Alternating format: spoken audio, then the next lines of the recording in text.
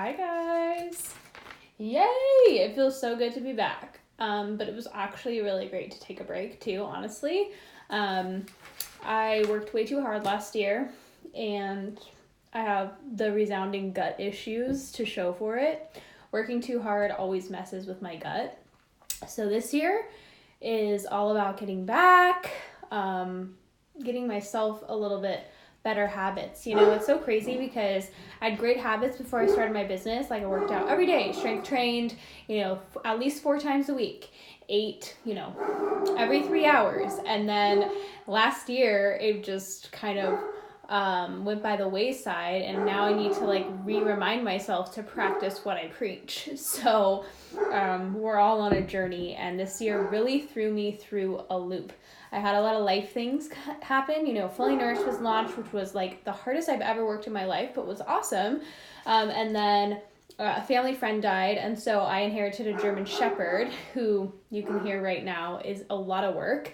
And then a month later, the Southern California fires swept and almost burnt down my house, which was the most traumatic thing I think I've ever experienced. And my heart goes out to anyone that's struggling with the fires right now in Australia, because oh my gosh, fire is so scary, and the real threat of losing everything that you own is crazy. It really is. I think it took me 2 weeks to truly recover from that one day that the fire swept through.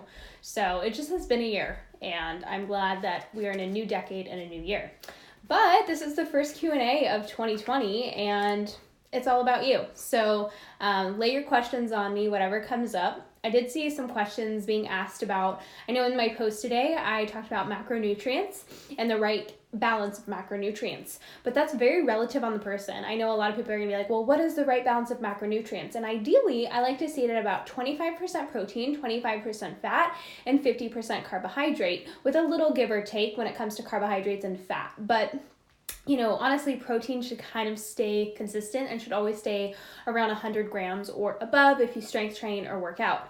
But this is always going to be relative. If someone's coming to me doing keto or on a low carb diet, they're probably eating 10% of their calories from carbohydrates. And if I jumped them from 10% to 50%, they would gain so much weight because they've pushed themselves into insulin resistance.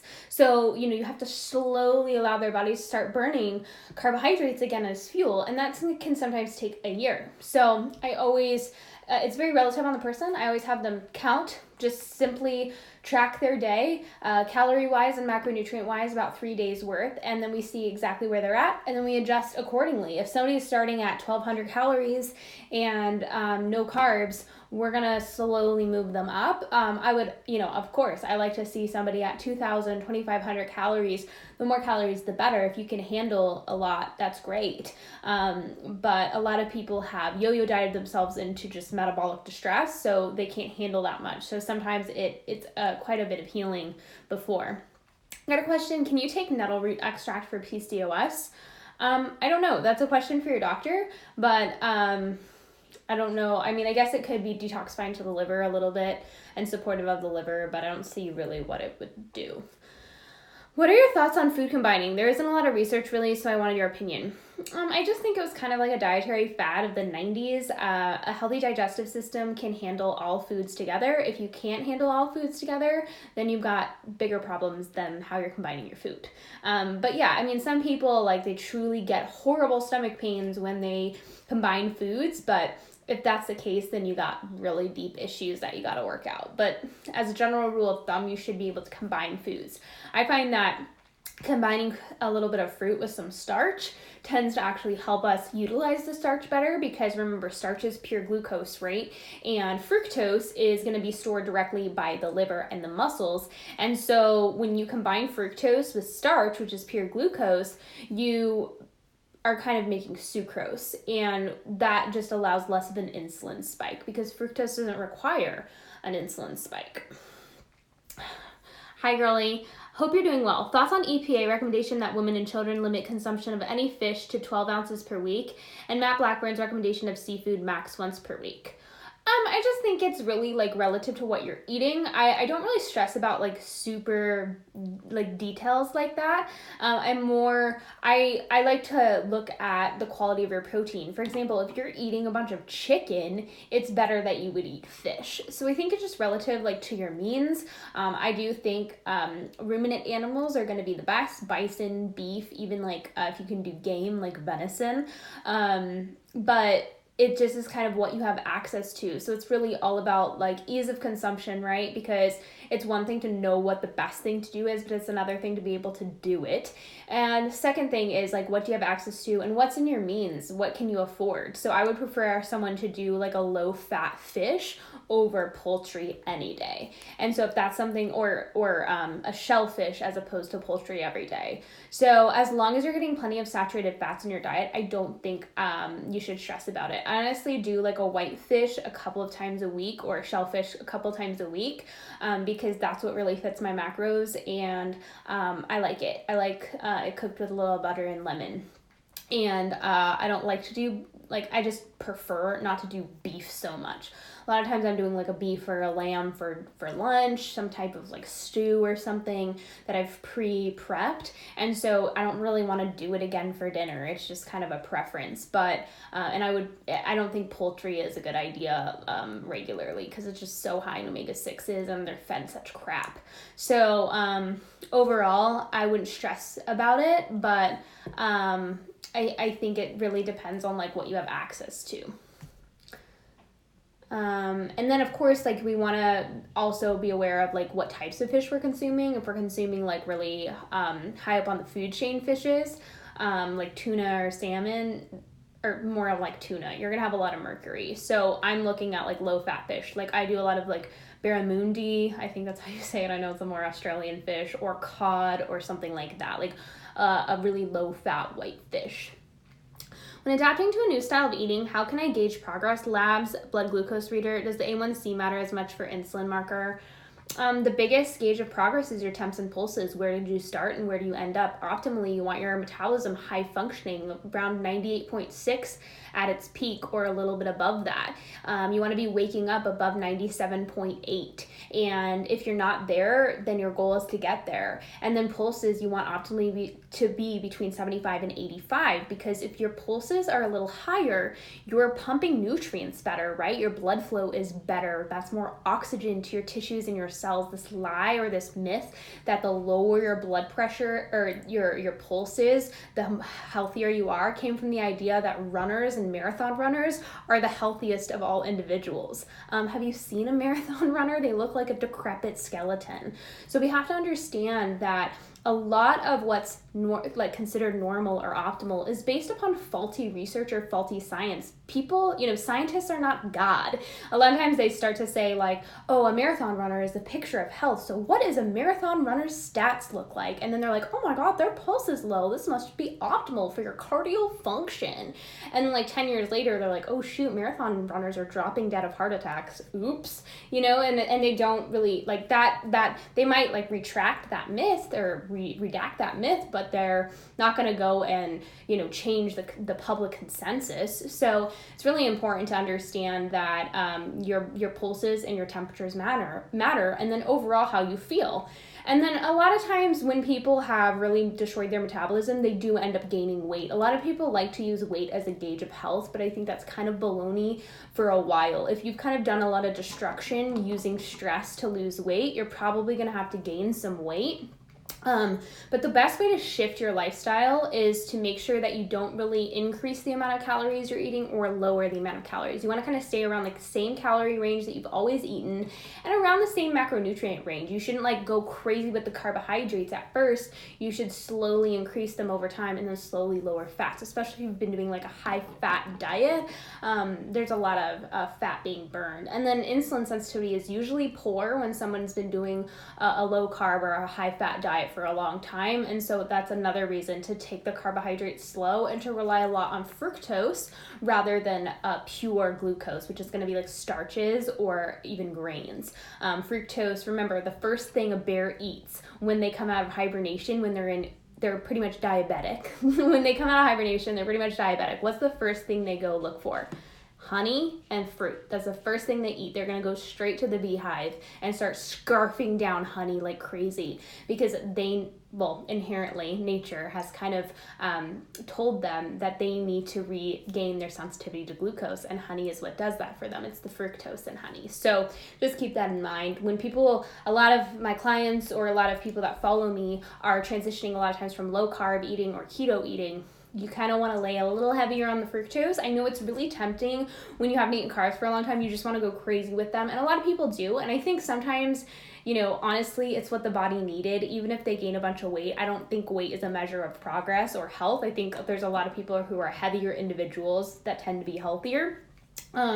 But if your goal is to eventually gain leanness and you want to actually create lean muscle mass, you don't want to stop strength training and you want to slowly increase your carbohydrates and slowly kind of shift your style of eating. But I would use temps and pulses as a gauge all the way. And then of course the warmth of your hands, your feet, your nose, your ears, they should always be warm, right?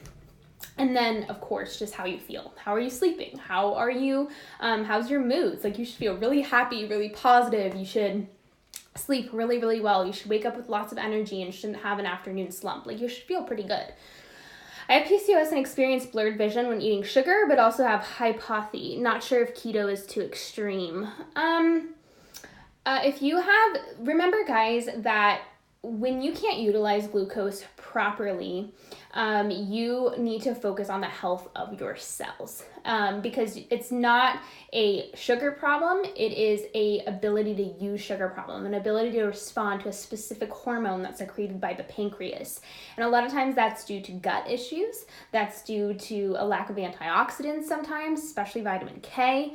It can be low magnesium, low potassium, lots of cortisol, lots of stress hormones in the body. So with someone like that, of course you want to monitor your blood sugar. I don't recommend pounding the sugar. I'm always about balancing your blood sugar, eating small amounts of protein, carb, and fat every 2 to 3 hours. And you got to make sure you're eating enough protein. And then if you're someone that has regularly not eaten frequently or not eaten enough calories, it's all about going really, really slow. But then I also evaluate other things, are you getting enough exposure to sunlight? That's going to increase insulin sensitivity. Are you sleeping between those prime hours of 10 p.m. and 2 a.m. every single night? You want to be sleeping 7 to 9 hours a night. Are you strength training? That's going to increase your sensitivity to insulin. So those are all things we need to consider. It's not about limiting the sugar. It's more about balancing our diet and then also increasing our cells' ability to respond to insulin. And that takes other lifestyle changes. It's not just our food. Yes, it's the type of food. And yes, it's the frequency of food. And yes, we need to be balancing our blood sugar, but it's more than that. And a lot of times those other habits are really creeping up on us and we're not realizing it. Do you use a water filter? And if so, which one?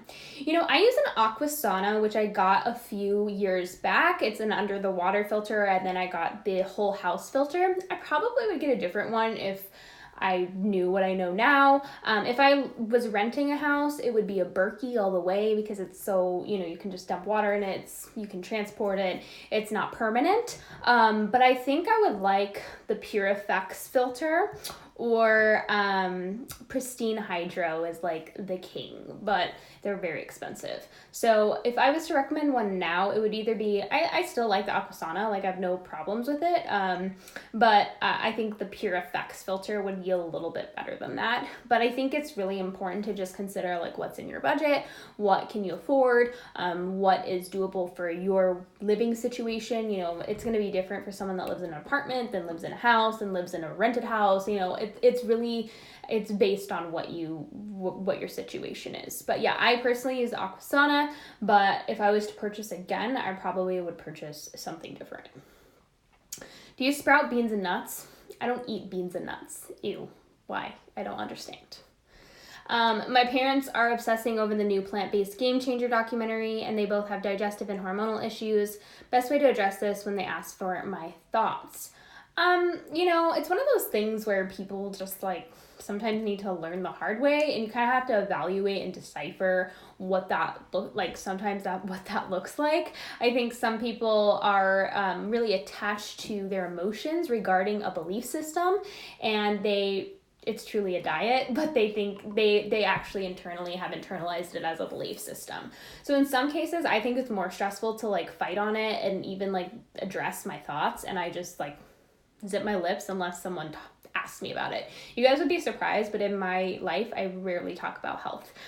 There's a lot of people that don't even know what I do because I just don't want to badger people unless they ask. But when it comes to a plant-based diet, it truly is, I don't want to say the wrong word because it will get me censored. I would say it's like kind of propaganda in a way, or it's a belief system that's permeating. But if you take a step back, you have to look at it realistically. The earth is not a renewable resource. It eventually will become so depleted that no matter what you're growing, how natural your avocado is, your avocado has no nutrients because you've sucked all the nutrients from the soil. And where did you replenish those nutrients? Last time I checked, it takes biodynamic farming to do so. And what does that require? That requires animals to eat grass, to poop, to process and then poop out that grass. And it also requires death. And I know people get like really freaked out. They don't like animals dying, but humans die, animals die, we all die, and it's actually a part of the regenerative cycle. And it's important for regeneration, and this is why I always encourage pasture-raised, grass-fed, responsibly raised animals, because those farmers are taking this seriously. They believe in treating animals with the utmost care, and they respect the hell out of the environment, right? They are actually caring for the earth. And plant-based diets are not biologically sustainable because they only were implemented once agriculture became an actual thing. Before that, it was you lived off of the butter that your neighbor, made, and then you lived off the milk from your neighbor's cow, and then you lived off the chicken, the eggs in your backyard, and you might have grown a few things in your garden seasonally. You probably stored up and preserved some things, fruits and things, tubers and roots, carrots, potatoes, but that's all you had. You didn't have like the local Whole Foods to go to. And if you notice, a lot of plant-based foods are going to be either picked mass ag, or they're going to be processed, beans, rice, all those things. Like if you've actually looked at those operations, they don't look that healthy to me. And so you want the least amount of steps from the farm to your table. And it's not like the trendy, like, ooh, I eat farm to table. It's like you literally want the closest to your house, the food to get there quickly, and usually that means it's perishable and animal based. But it's one of those things where you're not going to really convince someone if they don't want to see it that way. It takes some common sense, and it does take some evaluation. But I do have a story that goes more into that. It's labeled vegan or plant-based diets or something like that. Do you have to go hard in the gym? I do recommend going hard when you are working out, but I don't recommend over-exercising, and I don't recommend going hard in the sense of where you're like about to pass out. I recommend going hard in the sense of going really, really heavy, and I really do recommend going pretty heavy, but doing short, efficient workouts. One of the girls in my Fully Nourished Facebook group, Ellie, she signed up for Fully Nourished when it first came out, and she was mentioning something called the 5x5 workout. And I need to look more into that because it like really called out to me, and I do something very similar. It's about doing really, really heavy lifts. I think she said like squat, bench press. I don't know if you're here, Ellie, but if you can comment, that'd be awesome. I think it was squat, bench press, deadlift, all the main lifts. I think it was like a lat pull down or a row or something, like all the main lifts. And I really recommend compound movement. I think I'm going to come out with a workout program at one point, because I do believe that people are just working out way too hard, or they need some direction, and it needs to be very simple. It needs to be really heavy lifts. You need to be doing compound movements that work the major muscle groups in your body. So I was a personal trainer before I did what I do, so that's why I'm so passionate about it. But you gotta work your hams, you gotta work your glutes, and you gotta work your quads all of the time. That's good. Your legs are your biggest muscle group on your body, right? You want stuff that's going to always work your core and engage your core. So you don't want to be sitting there doing like 1,000 little crunches. You want to be doing lifts that are literally making you tighten up your core or your abs constantly to cinch your waist. Because remember, you have your abdominals, your outer abdominals, but you actually have your inner abdominals that pull you up like a corset. And those are the ones that you really want to be working. And the only thing that really works those are going to be things like planks or things stabilizing movements like deadlifts and squats, and even like hip thrusts will do that. Lunges where you have weights on both sides and you kind of have to stabilize yourself. So you really want to be doing stabilizing movements, and then you want to be working your back as your upper body main muscle group, because shoulders are small muscles, biceps, triceps, small muscles, right? But the chest and the back, big muscles. And so you want to be working the majority of your lifts should be those big muscle groups, and even better, ones that work all of them at the same time, which is why deadlifts, squats, bench press are all going to be so incredibly important for overall building muscle and building metabolic stability. But I don't think going hard in the gym in the sense of like making yourself on a bar for like sweating, a whole, weight of a dog out of you every day is a good idea. It's more about really being strategic with your workouts and lifting heavy when you do work out. I usually recommend like 3-4 workouts a week max. Hi Jess, what does a day in the life of Jess looks like? What's your favorite breakfast, lunch, dinner, juice with them always? Just kind of depends on macros. So, in the morning, it's going to look kind of like 3 eggs cooked in a tiny bit of butter. Remember, like you don't want to overdo it on the fats. And then it's going to be like either fruit, or sometimes I will do like a gluten-free toast. I just ordered a bunch of bread from Bread Seriously, which makes like gluten-free sourdough. So I'm really excited to see that arrive. I'll let you know how that goes. So, I usually do like a big breakfast when I wake up, or occasionally I'll do oatmeal if I'm not feeling it. And then mid-morning, I'll have some type of snack with my coffee. So if I didn't do toast at breakfast, I'll usually do a piece of toast with some type of protein on top. I'm going to try to experiment with some pate. I don't know how it's going to go, but I'm excited. And then I'll usually drink my coffee around that time with some collagen. And then lunch is usually leftovers from the night before, or something I've meal prepped for the next couple of days. It's usually like a pot roast that has carrots and potatoes in it, or like a curry dish, or like a lamb stew. What else have I done? Sometimes I'll do like a whole roasted chicken. Like it just kind of depends on, but it's going to be something like a paleo mass meal, and it's going to be eaten with some type of starch. So sweet potatoes or potatoes. And anytime I have starch, you'll find me drinking a little bit of juice or having some fruit, but a lot of times it's going to be easy. So it's going to be a little OJ. So I'm always doing fruit with starch. And then mid-afternoon, it's going to be, fully nourished banana bread. It's going to be a B vitamin cookie. It's going to be fudge that I've made. It's a little lower fat, and a glass of milk because I like to do protein from milk. It's how I add protein, and skim milk's a great way to just add protein all day long. And then dinner is going to be something similar, like a protein and a starch. Maybe has a little veggies in it. Probably not. You guys know me, I don't do veggies very often. And then a bedtime snack's going to probably be like some type of ice cream, or a milk and cookie, or milk and fudge. It's usually a repeat of what I'm obsessed with, so I'll usually do the same thing as a bedtime snack as I did as a mid-afternoon snack. But overall, that's kind of has been my New Year practice. I'll admit, I kind of got out of the habit last year just because I was so stressed and busy, and I was really feeling it by the end of the year. I was just exhausted, and now I'm kind of doing that. But I'm really excited because I'll show you guys a meal prep soon. I just have some things I'm situating in business and life this week, and so next week is going to be like fully content. If you notice, I haven't like fully gotten back into my content yet for Instagram because it's kind of a thing for me. Like I feel like I'm being like super vulnerable, and it's almost like when you feel like antisocial, like feels like you're like going in front of a crowd, like, hi guys. So I just have to like work myself back up. But I definitely will show you guys like what I eat in a day, my fridge stuff, especially when my YouTube channel comes out. Have you ever heard of yoni pearls? I saw pics on IG of stuff women pulled out after vaginal steaming, and it was gnarly. No, I've heard of vaginal steaming. I'm like afraid of all of that because I used to struggle with such bad yeast infections when I was really, really sick, and I haven't had one in like, a long time, like I would say like 7 years. And I'm always afraid to like mess with my vaginal pH, but I am super curious about stuff like that. I do use a yoni egg. I do vaginal weightlifting a lot.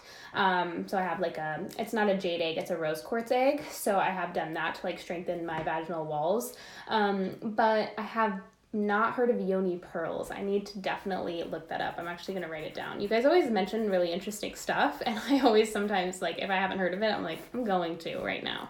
And then yoni steaming is just not something I've gotten into because I don't have a place for the setup yet. Like, I would love to do it, but I just haven't, like, figured out how to make it a part of my routine yet. Are you like the ordinary oils? I got the red peel a month ago and I love it so far. It's a good pain. I do. I like the ordinary products. I have nothing to complain about. I like that they're cheap. I like that they work. The only thing that I probably won't repurchase is I got like the Hydrating Factors lotion, and there's nothing wrong with it. I just don't really think it hydrates that much. Like, I have a really dry skin, like the Sahara Desert type dry. And so like I never expect anything to work, but of course that doesn't work. But I do like the squalene oil, which I use in the evening underneath my shea butter, and I do like the hyaluronic acid. That's definitely something I will repurchase. And then I did buy the caffeine serum just so I could get free shipping, and I actually do like it. So I like it. And then I do love the resurfacing mask. Like, that is definitely a to die for product. I was afraid because I have really sensitive skin, but I feel like it's really gentle. I don't know. Some people say like, oh my gosh, this is crazy. And I was like, I feel like it's so gentle. I already answered the water filter question. How to start having dairy again? What's the best way to introduce it? Super slow and low. So everyone does it a little differently. Some people choose raw milk. Some people just use like an organic pasteurized milk. It just really depends. And a lot of times I'll have them do like a teaspoon or a tiny sip every single day for like a week and see how you do. A lot of times if you introduce it really slowly, it's fine. And then the second week you do a few sips, see how you do. And then you just slowly work up until you can handle a full cup. But remember, it takes plenty of progesterone and T3 to be able to produce the lactase enzyme, which breaks down the lactose. And so some people can't do it until they get their body working a little bit better. And they can only do hard cheeses like Parmesan cheese, which are almost lactose free. So it just really depends on the overall diet. Like, a lot of people, when they implement it and they're still eating lots of like nuts and seeds and beans and lots of like irritating foods, they find that they're not doing as well doing dairy as when they are not eating all those irritating foods.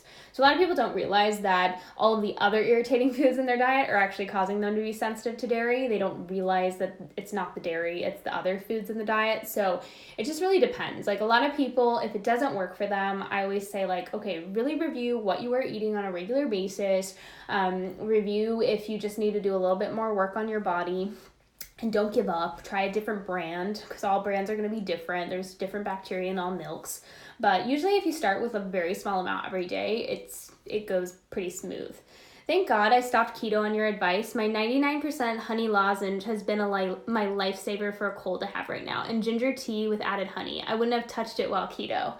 Yeah, the sugar fear is real on keto. It really is. But yeah, those raw manuka honey lozenges, if anyone like has a sore throat or a cold, oh, it feels so good, dude.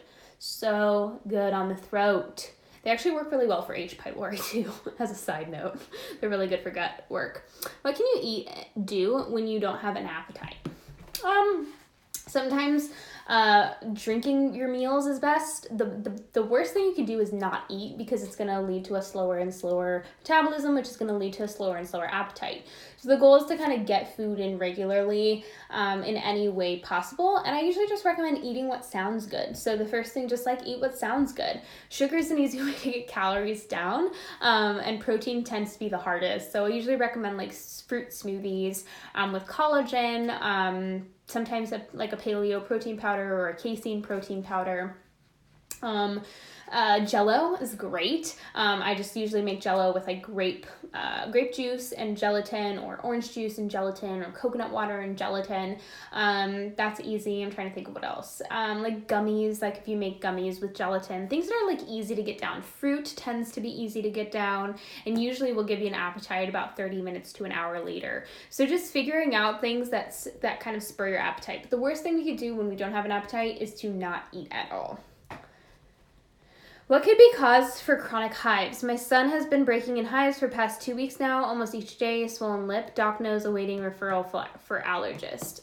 It could be anything. A lot of times it's a histamine response, but what is it a histamine response to? That's usually the question. So is it mold? Is it something he's eating? Is it something that you changed? Usually the smallest, tiniest little changes make the biggest impact. So a lot of people are going to overlook those things. Like, did you change fabric softeners? Did you change cleaning products? Did you change any possible thing, any possible brand, any possible change that has happened the past 2 weeks? Usually can be sometimes the culprit, or is it environmental? Is it allergies? Is it mold? Is it something that maybe, I don't know if he goes to school, is it something there? You just always want to kind of evaluate like what has gone on in the past 2 weeks that would be different than your normal routine. When using macros for weight loss, how do I go slowly calorie-wise? I've heard dropping it by 50 total calories a week. Thoughts?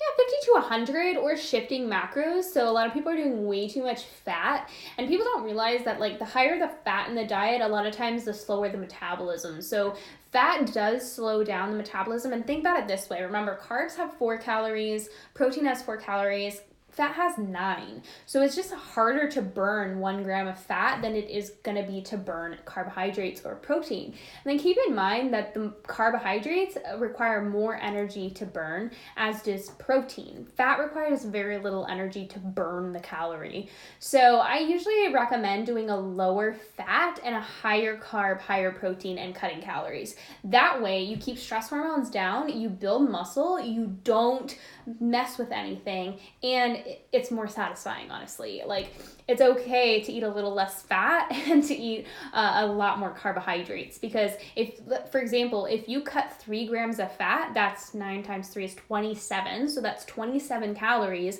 27 divided by 4 is almost 7, so that's 7 grams of carbohydrates. So you just cut 3 grams of fat, and you are allowed 7 grams of carbs. So a lot of people don't realize that when you keep fats a little lower, it allows you to just have a overall more satisfying diet, but also it makes you feel like you're eating more, and your stress hormones are staying low, your thyroid's staying really good. So that's usually what I recommend, is a little shift in macronutrients, and then like cutting calories is okay. 50 to 100 calories a week is usually good, but usually it's the shift in macros that makes a big difference, and then like a slow roll down. It usually doesn't take much, honestly. Sometimes it doesn't take any at all. It's just the shift that helps. What are some protein sources that is not poultry or meat? Shellfish, whitefish, dairy, especially like cottage cheese. Low-fat cottage cheese is awesome. Or skim milk is also awesome. And then eggs, of course. But yeah, that's kind of like it for things that are not poultry or meat. Collagen also. Hello, I forgot to mention collagen and gelatin. Collagen and gelatin are awesome. Now, I don't know what your beliefs are or what regarding collagen and gelatin, if that would be okay, but usually I recommend if someone's not going to eat meat to do collagen or gelatin. Is Viome gut sequencing similar to a GI map? It apparently uses AI and metatranscriptome sequences to identify down to species and strain, and gives food recommendations. Personally, I've looked at Viome results and I don't like them. Like, I'm just like, what the hell does this mean? Like, what? This is a foreign language. And it, like, for me, I think like it's total waste of money. I honestly do. Like, I don't understand it. And I don't find it a lick helpful, but that's just me personally. And the reason why I've looked over them is I've had clients that come to me and say like, hey, I got a MyViome or a UViome or whatever. And I wanted can I do that instead of a GI map? And I'm like, no, but okay. So I'll look at them and I'm just like, what is this? I don't know. So personally, I don't find them helpful. I think they're kind of just like a scammy kind of thing, but a lot of people do like them. So that's just, I'm not anything. I'm not, my opinion isn't the Bible. So some people might find them really helpful. I just find them kind of like, I was like, this seems like to me like a waste of money. And then they'll just like, it's like a generalized recommendation, like, oh, you're low in lactobacillus, take lactobacillus. Like, I'm just like, okay, but no, why? Like, I couldn't, there was no, like, is there parasites? Is there an overgrowth of this fungus? Like, it was just kind of like, high, low, whatever. And you have to be really knowledgeable in the specific strains to understand if that's good or not. How to best support the body in healing hormonal acne. You really want to be focusing on balancing blood sugar. That's really important, and all the basics. So the foundationals. I always say, no matter what you're struggling with, it has to be all the foundationals first, because acne is a detoxification problem, right? We've got iron coming out of the face, and because the liver and the kidneys are overloaded, and the bacteria in the face are eating that iron because they love iron. And so we first got to work on allowing iron to be detoxified in the liver and the kidneys by optimizing detoxification there. And then we also have to work on bacterial balance overall, which usually is just a shift in diet simply.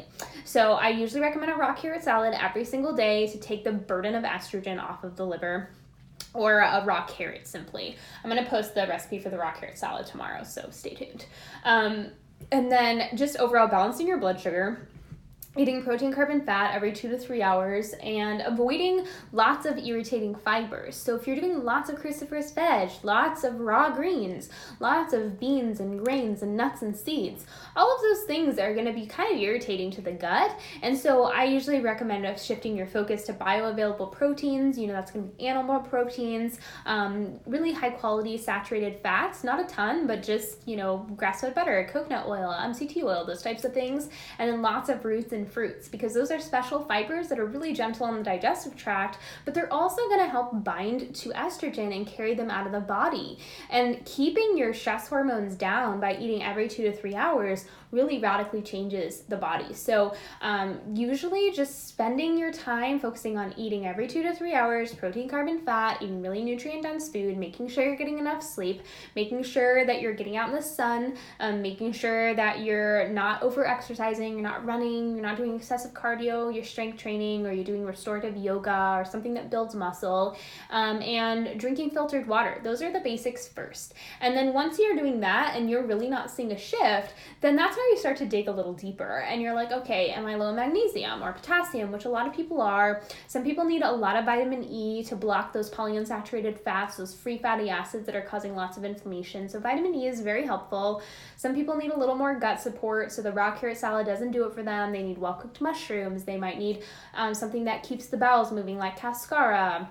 They might need some antifungal, antibacterials. A lot of people do need vitamin K2 because they're deficient. So I would say the majority of people are deficient in magnesium, vitamin K2, and vitamin E. Those are like the highest needs for most people, and they really are helpful in just speeding up that process. And then chlorophyll can also be a wonderful addition if you're also already doing all the things I just talked about. So chlorophyll is just an extra added benefit for the liver. Thoughts on traditional Chinese medicine and herbs? I'm not against them. I truly think they have a time and a place. I just have seen a lot of people spend a lot of money on that weird standard process brand, which is just so bizarre. Like their formulations are bizarre. Like I'm just like, oh, kidney support has like a kidney bean in it. Like I'm like, just because it's a kidney bean doesn't mean it supports your kidneys. Like what the heck? So I think traditional Chinese medicine that's traditional, like truly traditional, where they make their own combination of herbs and they use acupuncture, awesome, amazing. But if your acupuncturist just uses standard process, then I don't think it's that helpful, honestly. I think it's kind of a scammy brand. Vitamin K2 role in bloating, hair loss, thyroid. So vitamin K2 is kind of an antioxidant. It works very similarly to CoQ10. So there's a lot of research supporting that if the body doesn't have enough CoQ10, it uses vitamin K2 in its place. So a lot of what you can find in CoQ10 is going, research regarding CoQ10 is going to apply also to vitamin K2. So vitamin K2 allows calcium into the places where it needs to go, right? The bones, the teeth, even the hair, right? And vitamin D and vitamin K2 are going to be what regulate calcium levels. And so a lot of people don't realize that vitamin K2 is way more important than vitamin D for that. So, and then it's also going to affect your digestive tract because vitamin K2 tends to be synthesized in the gut and the digestive tract, but a lot of people they don't have enough bacteria that make K2, or they're not making enough at all, just because they've wiped those strains out, or they have bad bacteria that's eating up all the K2. And so I have seen a correlation between high androgens and low K2. So I have a theory that androgen levels can be higher by being deficient in vitamin K2. But vitamin K2 has so many roles in the body, it's crazy. Georgi Dinkov, his website is Haidut, HAIDUT.me, does a lot of research in both the Ray Peat Forum and also on his own website on vitamin K2 and other substances. And he's incredible. If you want to look for a lot of information and research regarding K2, I usually will type in Google, I'll be like vitamin K2, Ray Peat Forum, and then Haidut. That's who he goes by in the Ray Peat Forum, HAIDUT. Now, a lot of people in the Ray Peat Forum are a little crazy, lots crazy, but Georgi Dinkov and Haidut has a lot of amazing research. So I do learn a lot, or he points me in the direction that I end up going. And so he does do a lot of research on vitamin K2, and I found a lot of information regarding that from Georgi or Haidut. What are your thoughts that causes bloating? Bloating is just slow digestion, you guys, and it means that lots of bacteria and funguses are just eating your food. So your goal is to focus on increasing your metabolic rate. You want to speed up transit time. And then are you eating tons of vegetables that are just slowly sitting there rotting, like raw greens or cruciferous vegetables, beans and grains and nuts and seeds? Those are all going to cause bloating. So a lot of times when my clients cut those out, we get their stomachs nice and flat. And chewing your food also really helps. When you recommend proper balance of macros, so fats, protein, carbs, what is a good baseline for each, or should you use a program to count and recommend? I kind of talked about this at the beginning of the live, but you really want to start with where you're at. So if you're eating 10% of your calories from carbs, you don't want to jump to 50. I like to see a 25% protein, 25% fat, and 50% carbs, or somewhere around that. But some people need a little bit of adjustment when it comes to carbs and fat. The only thing is you can't jump from 10% carbs to 50% carbs. You're going to gain a bunch of weight. So you kind of have to count where you're at. I just recommend tracking your daily diet for about 3 days, seeing where you sit, and then slowly manipulating things from there.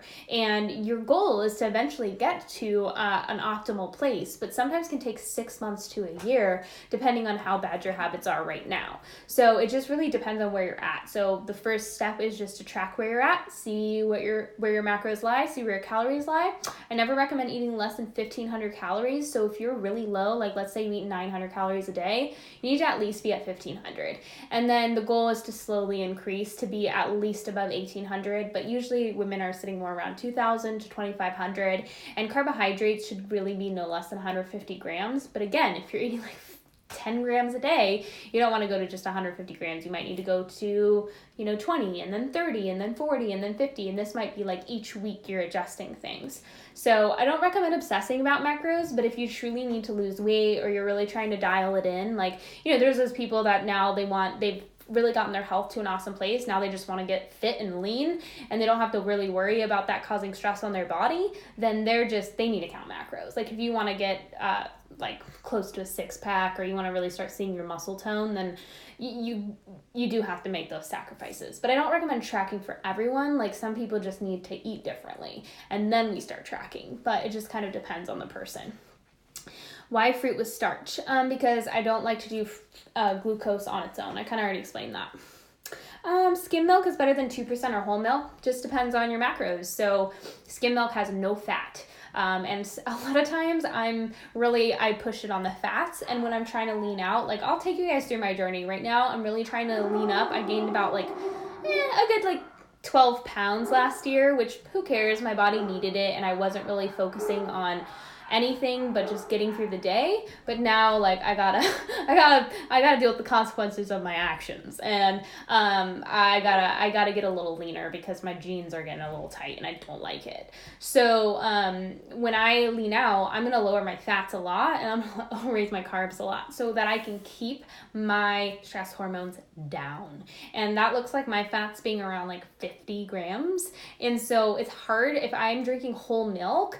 That's about 9 grams of fat per cup. That's going to be a lot. I'm going to have a hard time keeping my fats lower. So that's why I tend to do like 1% or 2% or even skim milk in some things to kind of just, I'm willing to sacrifice the fat there so I can cook with a little ghee or I could cook with butter. And I don't obsess about macros, you guys. Like if you find yourself just becoming obsessive and like weighing all your food, it's a problem. Like for me, like it's just kind of fun. Like I'm like, I have no attachment to my weight. I don't like to be chubby, but I don't care that much. Like I'm just, me, I'm just whatever. I understand that my body is a vehicle and it gets me through my day. But sometimes I would like to, have a little less flab around my ass. That would be nice.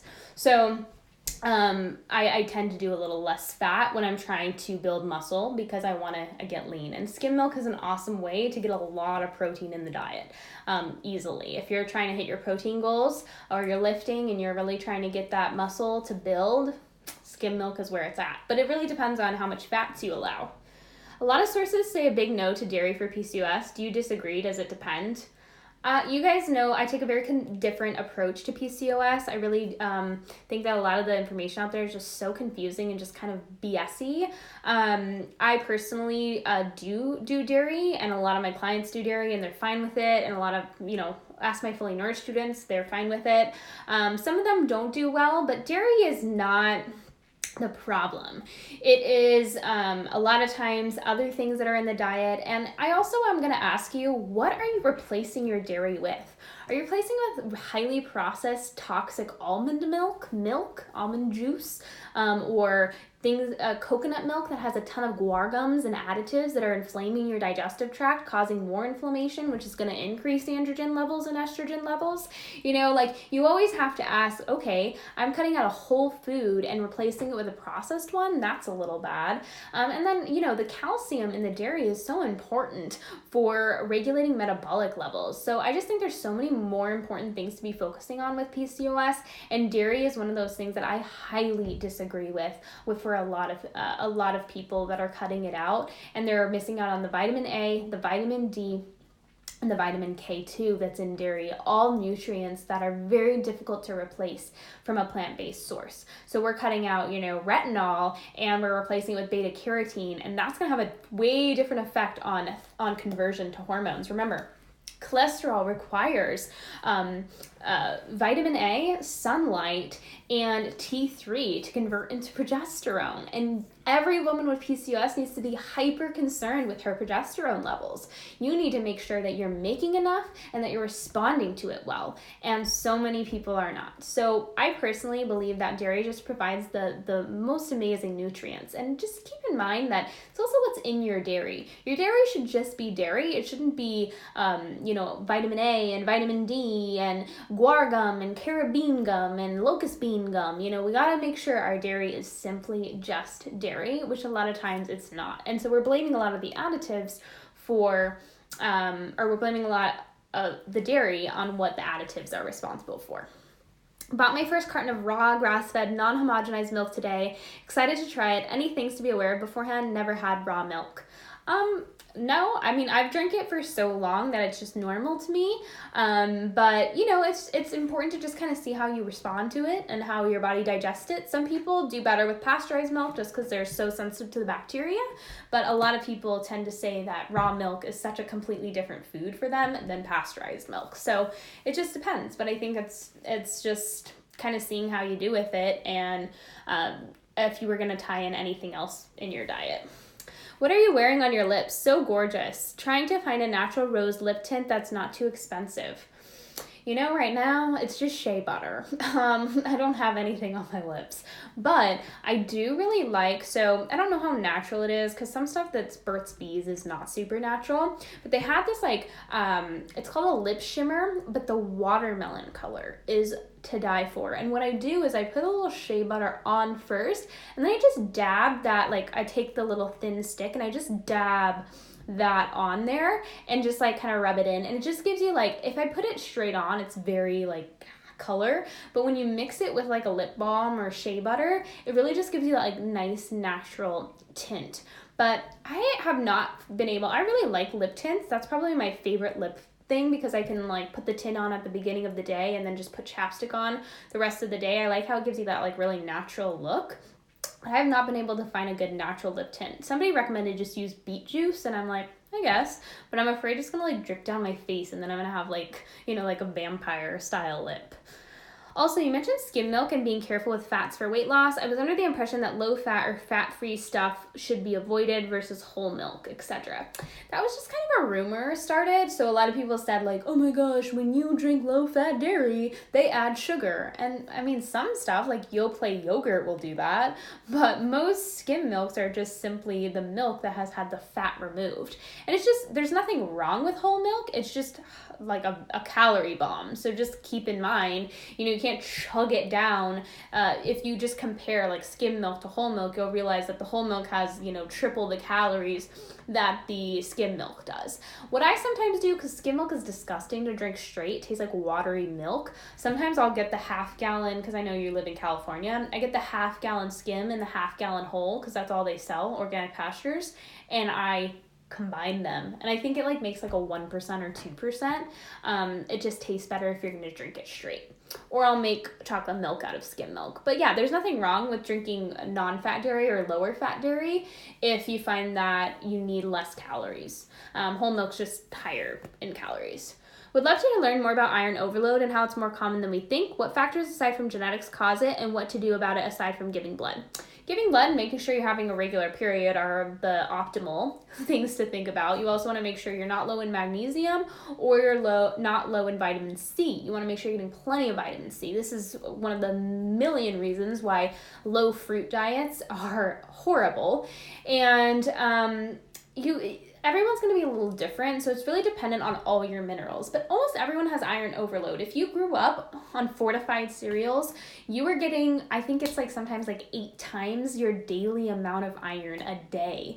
And if you were eating multiple servings of that, oh my gosh. So most of us do have iron overload, and what people don't really recognize is anemia is almost always caused by a copper issue and a magnesium issue. It's very rarely an iron issue. And iron right now is so overgiven, like people don't understand iron feeds pathogens. So if you have gut issues and then your naturopath is giving you a bunch of iron, you're just literally feeding viruses, Epstein-Barr, and you're feeding, but mostly just the bacteria is going to be the worst, and the pathogens, the parasites. So iron overload is very common, but it's a multitude of issues going on. It's usually deficiency in magnesium. You don't have vitamin C, so you can't utilize it well. Probably deficient in bioavailable copper because we're not getting a lot of sources of copper. So this is why grass-fed beef liver is so important. We got to make sure our liver is optimally functioning, right? So we need B vitamins, and we need to make sure our stress stays low, so we're not depleting our body of these nutrients faster than our body can utilize them. So those are all kind of things to kind of keep in mind. How to increase progesterone in the body. I'm not going to spend the time talking about it here. Watch my highlight story labeled progesterone, and I talk about that a lot. But vitamin C is one of those things that is very helpful. Anything you recommend for someone who has never lifted heavy, like where to start? It's so intimidating to me, but I've always wanted to try. Yeah, so I just recommend, well, personally, when I first taught myself to lift, I just watched a bunch of girls lift weights on YouTube. And I usually recommend starting with squat and deadlift. So learn proper squat form and learn proper deadlift form. You never want to tuck. So a lot of girls on Instagram, I'll stand up and show you guys. So a lot of girls on Instagram will stick their booty out like this, but you want your back to remain neutral. You don't want a forward pelvic tilt, and you don't want a back tilt. You gotta remain neutral. That's the most important thing you can remember when you're lifting weights. You always want to keep your core tight and your lower back neutral. You don't want to be tilting your pelvis forward, and you don't want to be tilting your pelvis back. A lot of women naturally will have that like arch in their lower back. They're sticking their booty out. You've got to tuck that tailbone in. And that is the most important thing to remember. And then learn how to squat, learn how to deadlift, and practice bench pressing with just some dumbbells. So you just want to keep everything steady, and the goal is just stability, right? We don't want to be like going like, learn to control your body. Think about your muscles when you're contracting them, right? When they're going down, what muscles are stretching? What muscles are contracting? When you're going up, what muscles are stretching? What muscles are contracting? Even if you don't know the names of those muscles, just start paying attention and focusing. Weightlifting is as much of an internal mind battle as it is an external, and you need to learn how to breathe in on the easiest part and exhale on the hardest part. And when you do that, you will start to be quite in tune with the muscles on your body, and you'll feel more in your own skin and in your body. It's super important. And the same thing goes for squats. The same thing goes for deadlifts. Start with the lightest weight possible and just learn form. And if you're not comfortable going to the gym, do it at home. Buy something simple like a bar, get it used or brand new if you can afford it, or some dumbbells, and just start practicing. Watch a YouTube video over and over and over and again, and just even record yourself and watch yourself back. Record yourself do the movement and see if you're doing it like you saw. And if you're not, adjust, record again.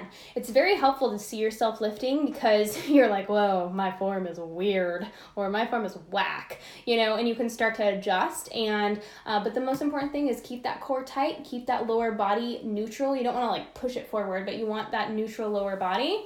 And you want to really breathe in on the easiest parts and exhale on the hardest parts. And then just start tapping in. It's called mind to muscle connection for a reason. You want to be aware of which muscles are being utilized when you're lifting.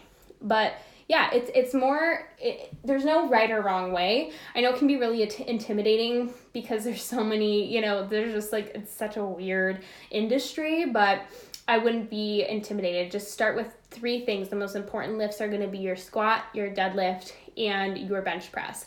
Once you get really strong in those, you'll be able to do everything, no problem. Lunges, hip thrusts, lat pull downs, rows, all of those are going to be a piece of cake once you strengthen your core. Don't ever wash my face unless I've worn makeup that day. I use the tea tree soap from TJ's to get the makeup off. You mentioned leaving your microbiome alone as much as possible, but do you wash makeup off with soap? I actually do an oil cleansing for... I don't think it really matters. Like if you want to just use makeup wipes, go for it. I just personally slather coconut oil all over my face, let it kind of saturate my makeup, and then I just wipe it off with a warm washcloth, and then I'll just do it one more time to kind of like finish the job. But yeah, I don't really worry about it. And I think like with your microbiome, like you don't want to do an excessive amount of products, especially stripping products, but I don't see like just getting your makeup off as a problem. Like, don't leave makeup on ever. I had an ultrasound years ago when PCOS was first suspected and had no cysts, but I just had another, and now I have multiple on both ovaries. What causes this? How to help? Just a weird thing, because what were they looking for? I mean, remember, you have multiple follicles. What did you get it tested at a different time of your cycle? Because remember, pre-ovulation, a lot of times we have 7 to 12 cysts or follicles that are coming to a head before one egg drops in ovulation. So a lot of people don't recognize that their cysts are because they haven't ovulated yet. Their follicles are because they haven't ovulated yet. And then remember, polycystic ovary syndrome and ovarian cysts are 2 completely different things. Having cysts on your ovaries is a completely separate issue than polycystic ovaries. So make sure you understand which you have and don't get them confused. They're 2 very separate things. All right, Instagram's gonna cut me off in a minute and a half, so I'll finish answering as much as possible. If bioavailable copper is needed to clear histamine, will taking K2 help if calcium is high on HTMA? Yeah, K2 is my first step when someone has high calcium on an HTMA. Thoughts on adaptogen herb supplements for stress relief? I think they can be helpful as kind of a band-aid while you're working on the bigger issue, but they're not going to fix anything. Besides standard prenatals, do you recommend any additional supplements or vitamins when pregnant? I don't really recommend standard prenatals. I don't like them because I don't like their iron content, but that's a whole story for a different day. I personally like grass-fed beef liver. If you can do it fresh, that's even better. Anything for a baby, right?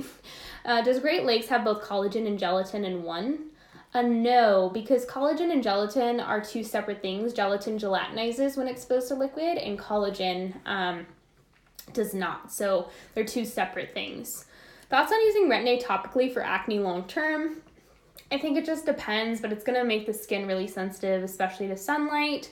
But yeah, that's a question for Sarah at Healthy Skin Glows more than me.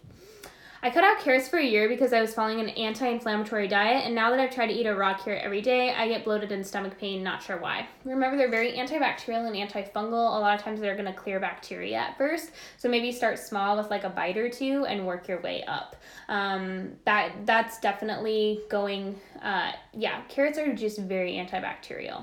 What do you think of colloidal silver? I don't really love it, but when you're feeling sick, it can be a really good option.